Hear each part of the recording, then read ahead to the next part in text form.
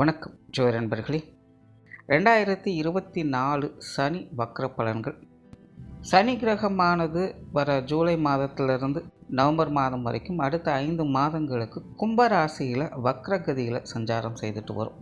பொதுவாகவே இந்த வக்ரம் பெறும் கிரகங்களுடைய பலன்கள் அப்படிங்கிறது பலவாறாக சொல்லப்படுது. இது கிரகங்களுக்கு கிரகங்கள் நிலைகள் அப்படிங்கிறது மாறவும் செய்யும். அதே போல் ஒரு முரண்பட்ட பலன்களையும் கொடுக்கக்கூடிய அமைப்புகளை பெற்றதாகவும் இது அமையும்.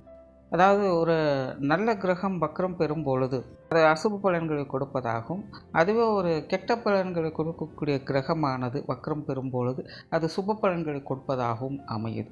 ஸோ இந்த அமைப்பு கிரகங்களின் அடிப்படையில் மட்டுமல்ல, ஸ்தானங்களின் அடிப்படையிலுமே கூட நிறைய மாற்றங்கள் அப்படிங்கிறது இருக்கும்.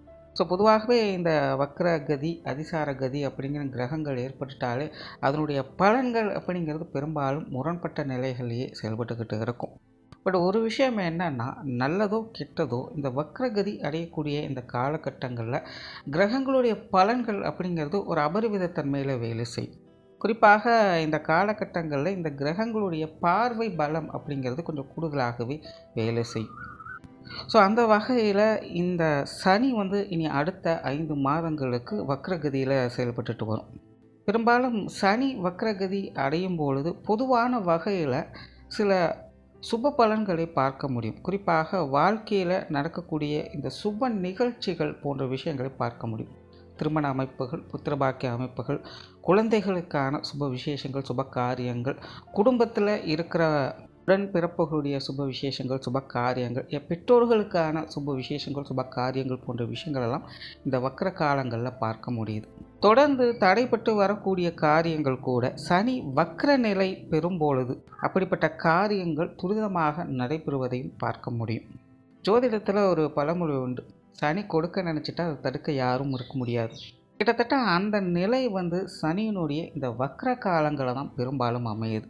மற்ற கிரகங்களுடைய வக்ர கால அமைப்புகள் எப்படி இருந்தாலும் சரி, இந்த சனியனுடைய வக்ர காலம் அப்படிங்கிறத ஜோதிடத்தை பொறுத்த வரைக்கும் பெரும்பாலும் ஒரு நல்ல பலன்களை கொடுக்கக்கூடிய வகையிலேயே அமையுது.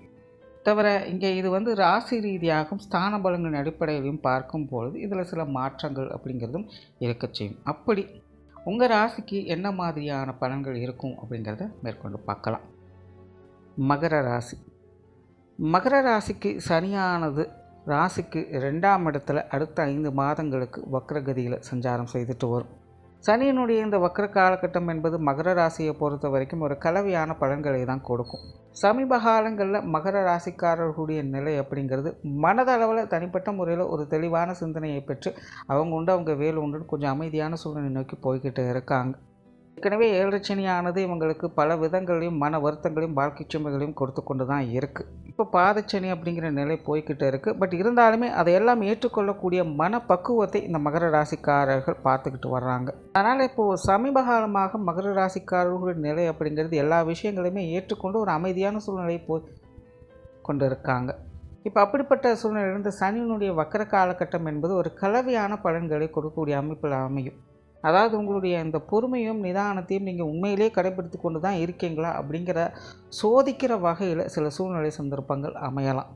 நீங்கள் மறந்த விஷயங்கள் அல்லது வேண்டாம் அப்படின்னு சொல்லி ஒதுக்கி விட்டு அமைதியாக இருந்த சூழ்நிலையில் இப்போ அதே விஷயங்கள் நீங்கள் திரும்பவும் அசை போட நேரிடலாம். முடிந்து போன பழைய விஷயங்களை பற்றி உங்களுடைய மனதில் இந்த காலகட்டங்களில் நீங்கள் அதிகமாக ஆசை போட்டு வருவீங்க.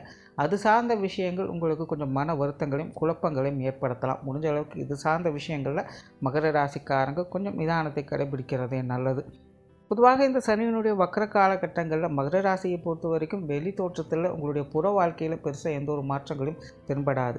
ஆனால் தனிப்பட்ட முறையில் மகர ராசிக்காரங்க மனதளவில் ஒரு குழப்ப நிலையும் சஞ்சல நிலையும் தென்படுவாங்க.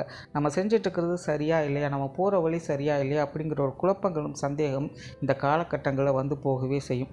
சில முக்கியமான முடிவுகளை எடுத்து அதை செயல்படுத்தலாம் அப்படின்னு முடிவு செஞ்சு ஆரம்பிச்சிருப்பீங்க. ஆனால் அதை செயல்படுத்துறதுக்கு முன்னாடியே இப்போது இந்த காலகட்டங்களில் சில தேவையில்லாத குழப்பங்கள், மன சஞ்சலங்கள், கேள்விகள் போன்ற விஷயங்கள் உங்களை அரித்து கொள்ளும். இந்த காலகட்டங்களில் முடிஞ்ச அளவுக்கு உங்களுடைய புதிய முயற்சிகளை கொஞ்சம் ஒத்தி வைங்க. அதேபோல் குடும்ப சுமைகள் அப்படிங்கிற இந்த காலகட்டங்கள் உங்களுக்கு கொஞ்சம் அதிகரிக்கவே செய்யும். ஒரு 1½ வருடத்துக்கு முன்னாடி குடும்ப சூழ்நிலைகளில் ஒரு இக்கட்டான சமாச்சாரங்களை பார்த்து வந்திருப்பீங்க. அது போன்ற விஷயங்கள் திரும்பவும் உங்களுக்கு ஒரு தொந்தரவுகள் ஏற்படுத்தக்கூடிய வகையில் இந்த காலகட்டங்கள் அமையலாம். பட் அந்த அளவுக்கு பெரிய ரிஸ்க்காக இந்த காலகட்டங்களில் இருக்காது.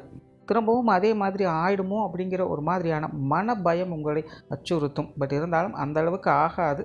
வருமுன் காப்போம் அப்படிங்கிற மாதிரி சில முன்னெச்சரிக்கை உணர்வோடு செயல்பட்டு வந்தீங்கன்னா இது சார்ந்த விஷயங்களில் ஒரு நல்ல அணுகுமுறைகளை எதிர்பார்க்கலாம். குடும்பத்துக்குள்ளே பேச்சுவார்த்தைகள் நிதானம் தேவைப்படக்கூடிய ஒரு காலகட்டம் தான் இது. இதுவரைக்கும் அமைதியாக இருந்து வந்த நீங்கள் திரும்பவும் கொஞ்சம் காரசாரமான வாக்குவாதங்கள் ஈடுபடுவதற்கான வாய்ப்புகள் இருக்குது. பட் முடிஞ்ச அளவுக்கு அது சார்ந்த விஷயங்கள்லாம் கொஞ்சம் தவிர்த்துக்கிறது நல்லது. அதே போல் உடல்நலம் சார்ந்த விஷயங்கள் இந்த காலகட்டங்களில் கொஞ்சம் கவனம் எடுத்துக்கங்க. மற்றவர்களை நம்பி அல்லது மற்றவர்களை எதிர்பார்த்து எந்த ஒரு காரியத்திலும் இறங்க வேண்டாம். தன் கையே தனக்கு உதவி அப்படிங்கிற நிலையில் வேலை செஞ்சுட்டுறதே மகர ராசிக்காரர்களுக்கு கூடுதல் சிறப்புகளை கொடுக்கும். ஸோ ஓவராலாக இந்த சனியினுடைய வக்ர காலகட்டம் என்பது மகர ராசியை பொறுத்த வரைக்கும் மன ரீதியான சஞ்சலங்கள் அவங்க கொஞ்சம் தெளிவான சிந்தனையோடு செயல்பட்டு வந்தாலே ஒரு சாதகமான அமைப்புகளை எதிர்பார்க்க முடியும். நன்றி, வணக்கம், வாழ்க வளமுடன்.